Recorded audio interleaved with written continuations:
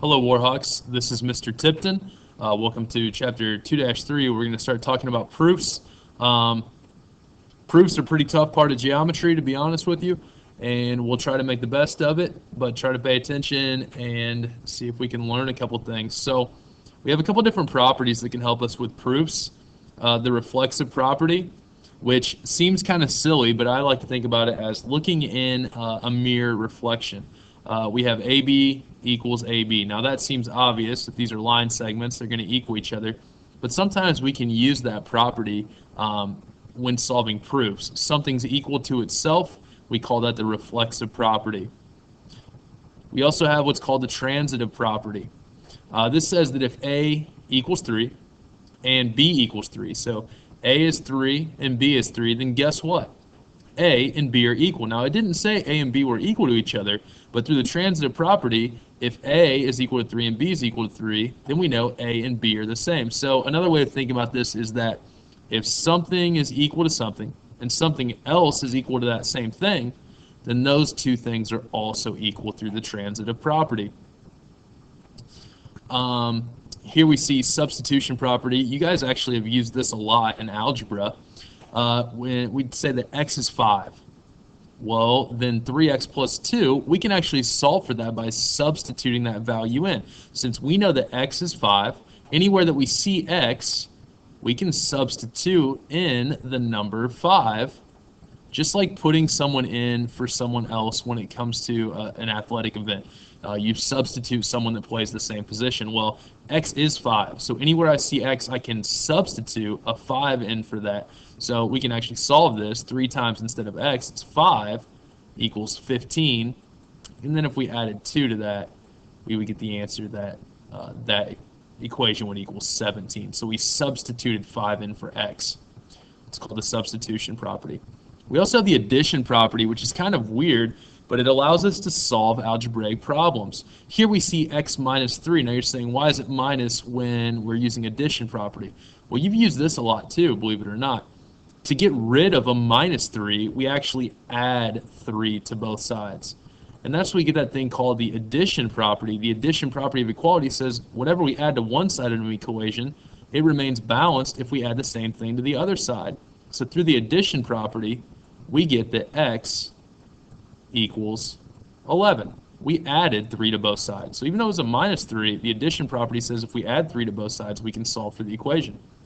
Much like that's the subtraction property, we see that it's x plus 4 equals 12. Well, algebraically, we're allowed to solve for this by isolating x. We want to get rid of a plus 4. We subtract 4 from both sides, which allows us to solve for this algebraic equation.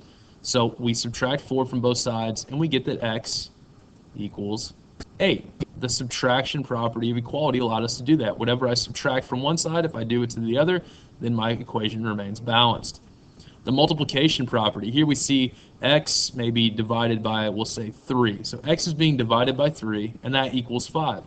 Well, the multiplication property allows us to get rid of a divide by 3 by multiplying both sides by 3. If I multiply this side by 3 and this side by 3, I've used the multiplication property to get rid of a divide by 3. And we get the equation x equals 15. Much like that, we have the division property. Here we see an equation where it says 5 times x equals 30.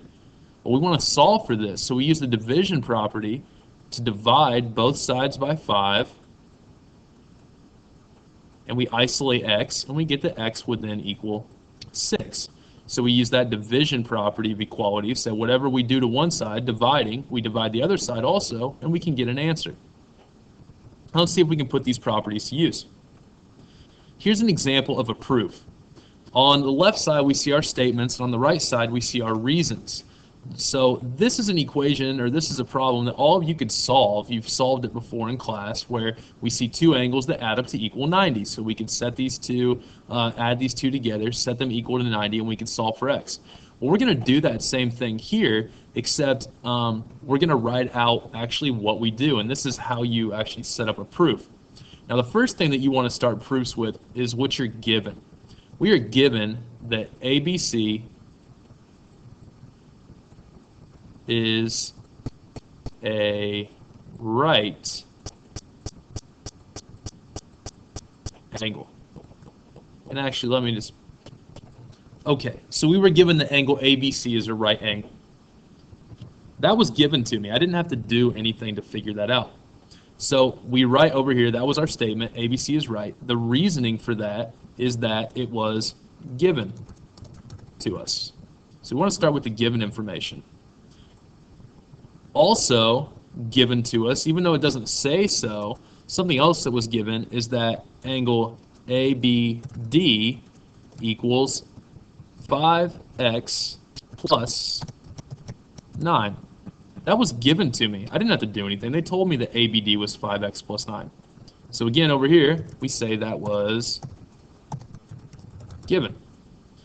We have another thing over there that was given to us. Let's say statement 3 is that angle DBC equals 2x minus 3. And again, how did we know that? We didn't have to do any work for that. It was given to us in the picture. So even if it didn't say given up here, if they give us those values in the picture, we can still use those. Now the next thing is a little tricky. ABC is a right angle. Well, we know what ABC is going to equal then. We can say that ABC equals 90. How did you know that? You knew what a right angle was. The definition of a right angle is that it's an angle that equals 90 degrees. So it wasn't given to me that it equaled 90. I had to know that because I know the definition of a right angle. Angles that are right equal 90 degrees. So I put that there. Now we move further on down. How are we going to solve this? Well, if we set this up in class, I would say add these two together and set them equal to 90. Well, how do we know that they add up to equal 90? Well, if we see the picture, we're going to set this up. So I'm going to say, first of all, that angle ABD plus angle DBC equals angle ABC. So let's see what that really says there. Let me make this a little smaller so it actually fits on there. Okay. So our fifth statement was that angle ABD plus angle DBC equals angle ABC. We've learned this in the last section. This is called we're adding something. We're adding angle addition postulate. It tells us that we can add two smaller angles together and they equal a larger angle. So that's where I get that. Now I want to plug in the values. What does ABD really equal? Well, for our sixth statement, we'll say that ABD equals 5x plus 9 plus angle DBC. Well, what does that really equal? Well, it equals 2x minus 3, and that equals angle ABC, which we just said was 90. What did I do there? Well, I took ABD and I plugged in something that I knew that it was equal to. I took DBC and I plugged in something else I knew it was equal to, and I took ABC and I plugged it in down here. So what I did there was one of the properties that we just wrote down. It is the substitution property. Tells us that we can substitute values in that we know are equal to each other. ABD is 5x plus 9. It equals it. So I substituted that value in. Now we want to go through actually solving this question. So the first thing I would do if I were solving this question was to put my x's together and put my 9 and my negative 3 together. In math, that's called combining like terms. So 5x and 2x makes 7x's. Positive 9 and negative 3 make a positive 6. And they equal 90. So there I just combine my like terms, and that's what I'm going to say over here is, what did I do there? I combined like terms. So now we're just showing how we solved this equation. I'm going to make this line a little bit longer. And then over here we go to the next step. Well, what would be next? If I was going to get x by itself, I would get rid of a plus 6. So our eighth statement is that we turn from 7x plus 6 equals 90. I subtract 6 from both sides, and I get 7x equals 84. What did I actually do there? Well, I subtracted 6 from both sides. So that's called the subtraction property, which is one that we just wrote down. As I move down, our next step would be to get rid of a times 7. So the ninth step here, we divide both sides by 7. So you'd put it into your calculator, you would do 84 divided by 7, and that equals 12. So it's going to look like x equals 12. What did we actually do there, though? Well, I divided both sides by 7. So that is called the division property. So now I've solved for x, but I don't know if I'm done. The last step of any proof is to prove what you were trying to do in the first place. I wasn't trying to solve for x, even though I had to. What I was trying to prove is that angle DBC equals 21. So I go back down here, and I know for my 10th step, that angle DBC equals 2x minus 3. How did I know that that was true? That was, again, what? Given to me.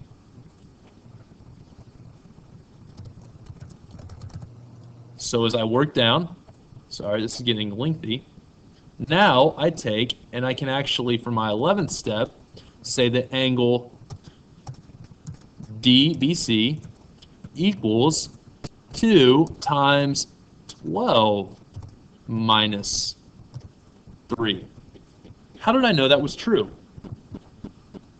Well, what I did there was I knew what x was. X was 12. So anywhere that I see an x, I can plug that back in. That is called the substitution property. I substituted a value in that I knew was true. X is 12, so I can plug that in. Now, the next step is I'm going to actually simplify what this means. So I take and I do 2 times 12, which is 24, and then I subtract 3. 24 minus 3 is 21. What did I do there? I actually just used math to simplify that expression. So I simplified it. And there we have our last step. The last step is always what you're trying to prove. I was trying to prove that angle DBC equaled 21 degrees. Here, I have proved that. Now I know that I'm finished. Hope you enjoyed it. We'll see you in class.